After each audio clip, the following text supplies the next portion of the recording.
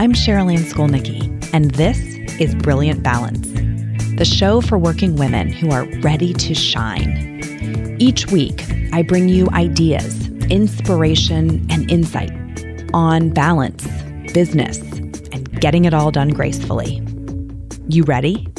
Let's be brilliant. This is episode 234 of the Brilliant Balance podcast. So, hello and welcome back to the show. I have a question for you as we start today's episode. And the question is this: if you could go back in time and have a conversation with your 16-year-old self, what would you tell her?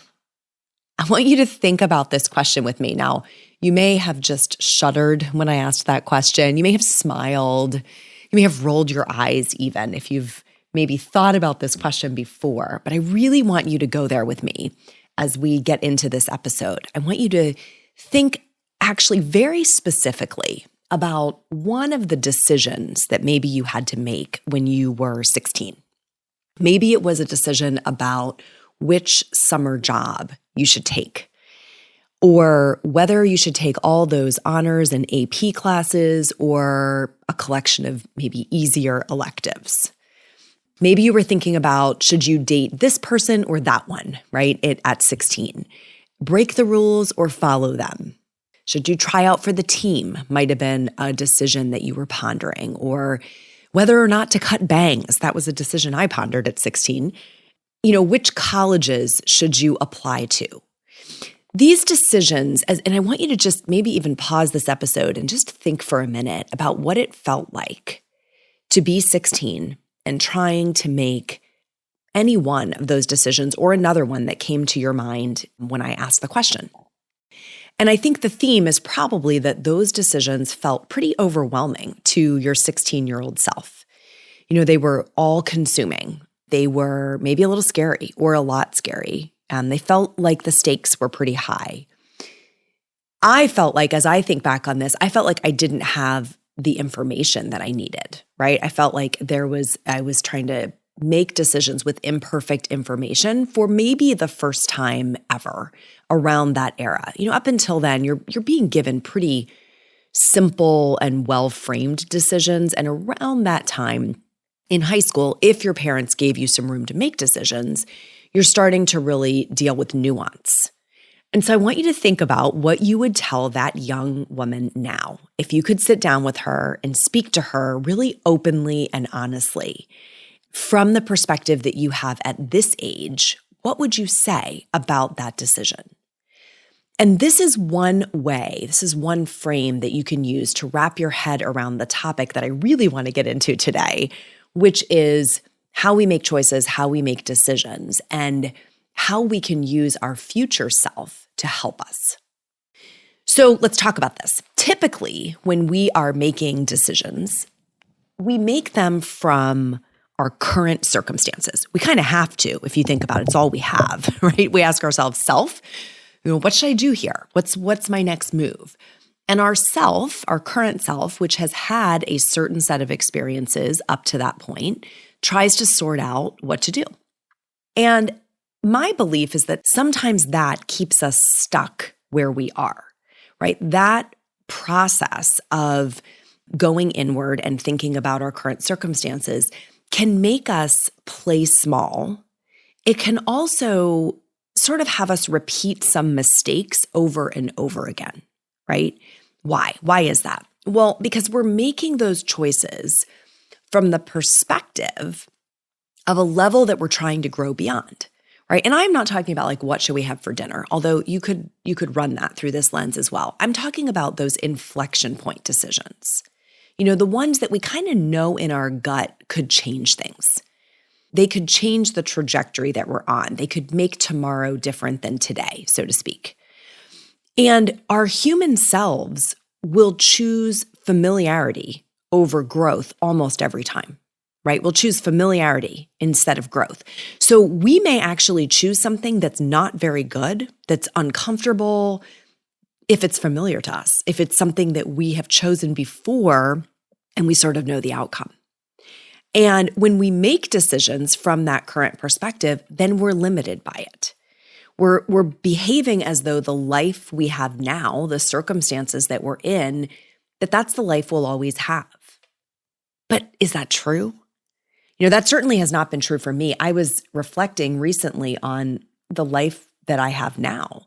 And if I compare that to my life, let's say 20 years ago, it's a radically different set of circumstances. It's virtually unrecognizable, right? So many things about my life are different. And there are, of course, things that are the same.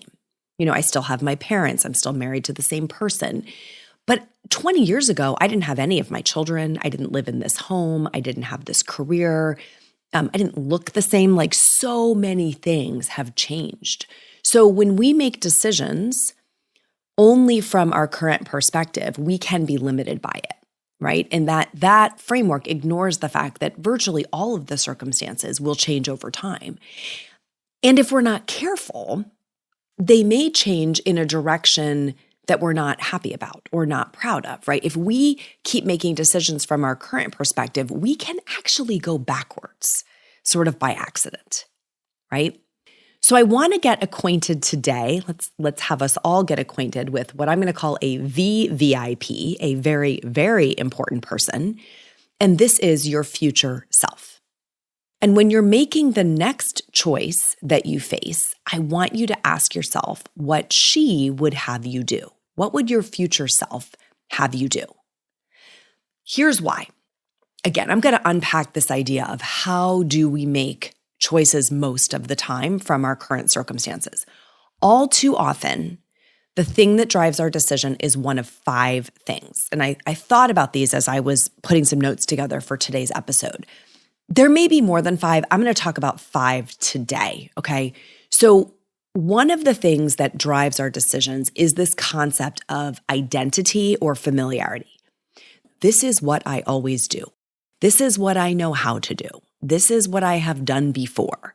There's sort of a known outcome, right? And this could be everything from these are the kind of clothes I buy, these are the kind of cars I drive, these are the kinds of things I eat, these are the kinds of vacations I take, this is how I spend my leisure time, right? Like, these are our habits, our decisions, our choices. We have these kind of limits that we operate within because we're comfortable there. And this is how you get the phrase that may have run through your mind, people like me don't do things like that, right? We look around us and maybe we see someone else who's kind of broken out of that particular pattern that we're in. And we think, wouldn't it be nice? But people like me don't do things like that. Or people like me don't get to do things like that is another way that this one comes up. So familiarity, identity drive a lot of our decisions, especially the ones that are sort of habitualized, where we're making very similar choices over and over and over again. Think about, this is kind of a mundane example, but it'll work. Think about where you buy clothes. Where do you go when it's time for you to buy something new for your wardrobe? I bet it's a pretty limited set of stores, right? Online or in-person retailers where you go. Because why? Because that's what you've always done.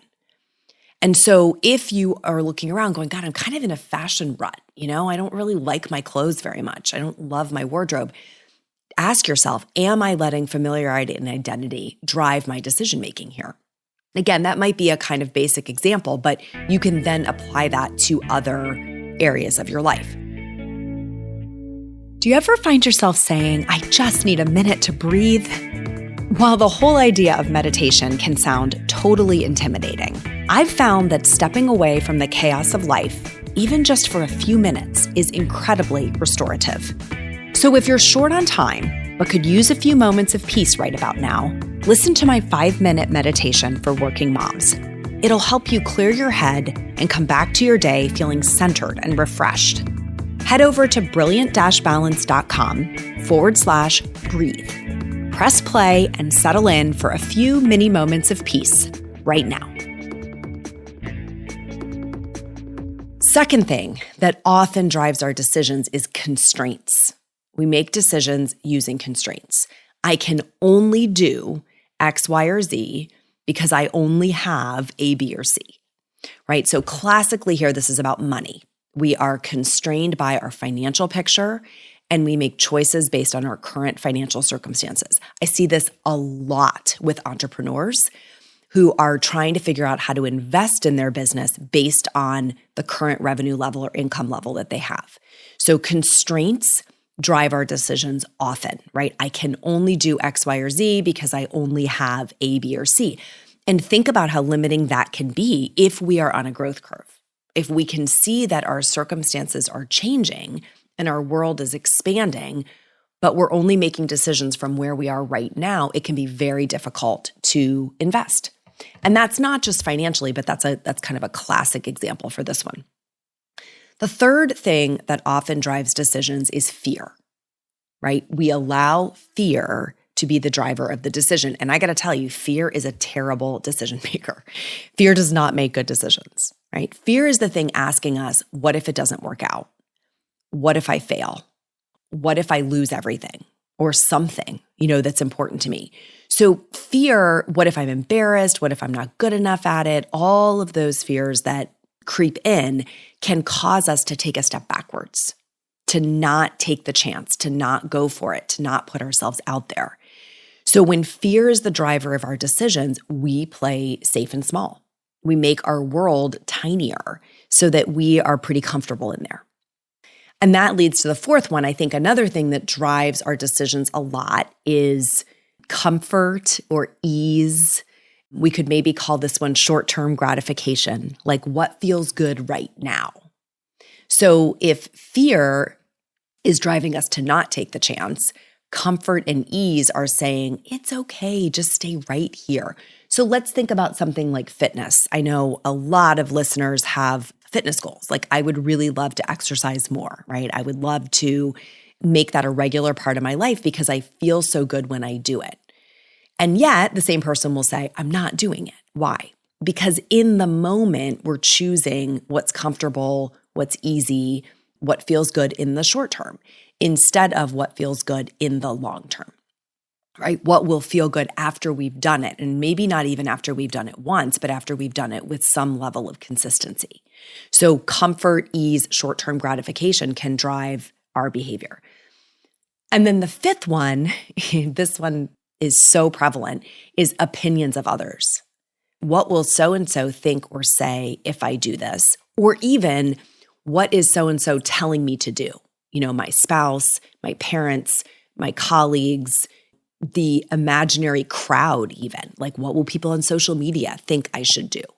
So we will make decisions based on what is going to get us the feedback loop that we want from other people, right? What do they want me to do? Now, none of these are necessarily bad. Some of them can have merit. They can play into a decision-making process in a way that is healthy, but they can also lead to us not taking chances or not making moves that could really change the game for us. So I want to look at an alternate framework that really leverages our future self, that allows you to help tap into this alternate framework for decisions. So 5 alternate things that maybe should or could drive our decisions if we can have a conversation with our future self. Here's what they are. Instead of familiarity and identity, which I talked about before, we want to think about vision. Using our vision to drive our decisions. This is, where do I see myself and what action will move me toward it? So imagine the conversation with your future self at whatever point in the future you want to place her. It could be yourself a month from now. It could be yourself a year from now. It could be a decade from now. It could be at the end of your life. Where do I see myself and what moves me in that direction? What choice or decision that I could make today is putting me one step closer toward that vision? Okay, that's the alternative to choosing current identity. We choose vision. Very powerful, right? You would make different decisions many, many times if you are saying, I'm going to make the decision that's familiar to me, or I'm going to make the decision that's moving me closer to the vision I have for my life. They are not the same decision most of the time. Second thing that should drive our decisions are possibilities. Instead of constraints, possibilities. So possibilities is where you ask the question, what would have to be true? What would have to be true for me to make this decision and have it be a good one? What would have to happen on the other side of it, right? What dream am I chasing? That's a very powerful question. What would have to be true for this to be a great decision? It can help us get past the constraints, right? We can start thinking in terms of possibilities instead of constraints with that one simple question. Third thing that I would love to see drive our decisions is courage, right? Instead of fear, courage. So the question here that I think frames this is, what story do I want to tell, right? There's a classic quote that says, live the story you want to tell. What story do I want to tell one day? That's what leads us toward courage. And you can ask yourself this, anytime that fear is really governing a decision, you can hear it by asking this question. What story do I want to tell? Do I want to tell about the time that I decided not to apply for that job because I might not get it? Or do I want to tell the story of, man, I applied for that job and it was a long shot and I got it and it changed everything?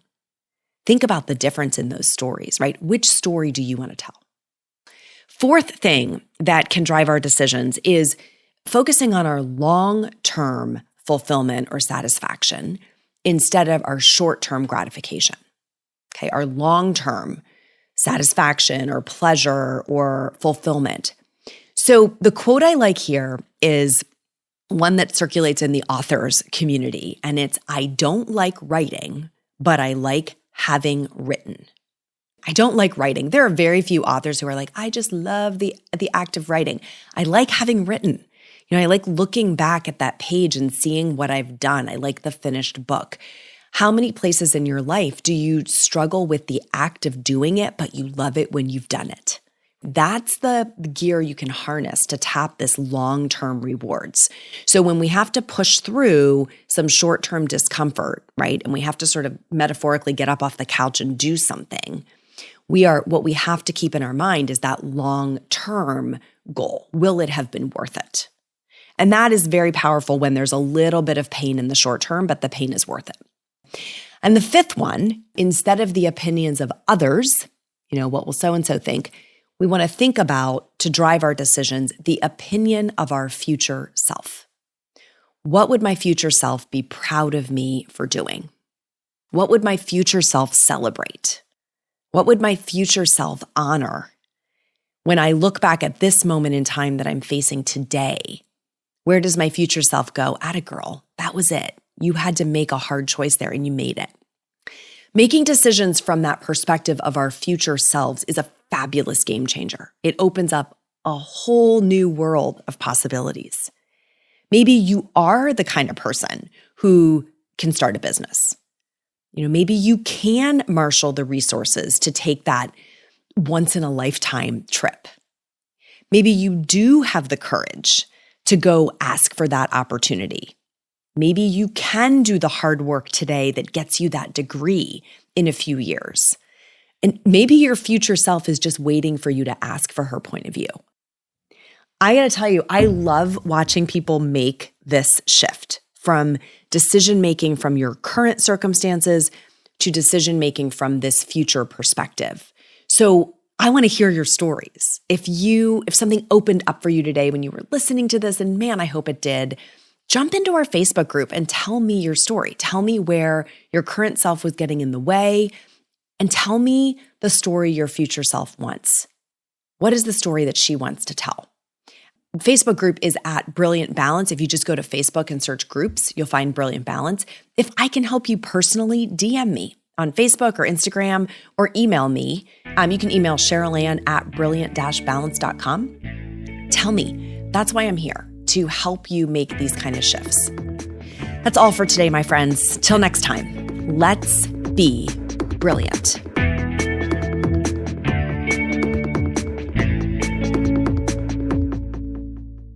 This is thepodcastfactory.com.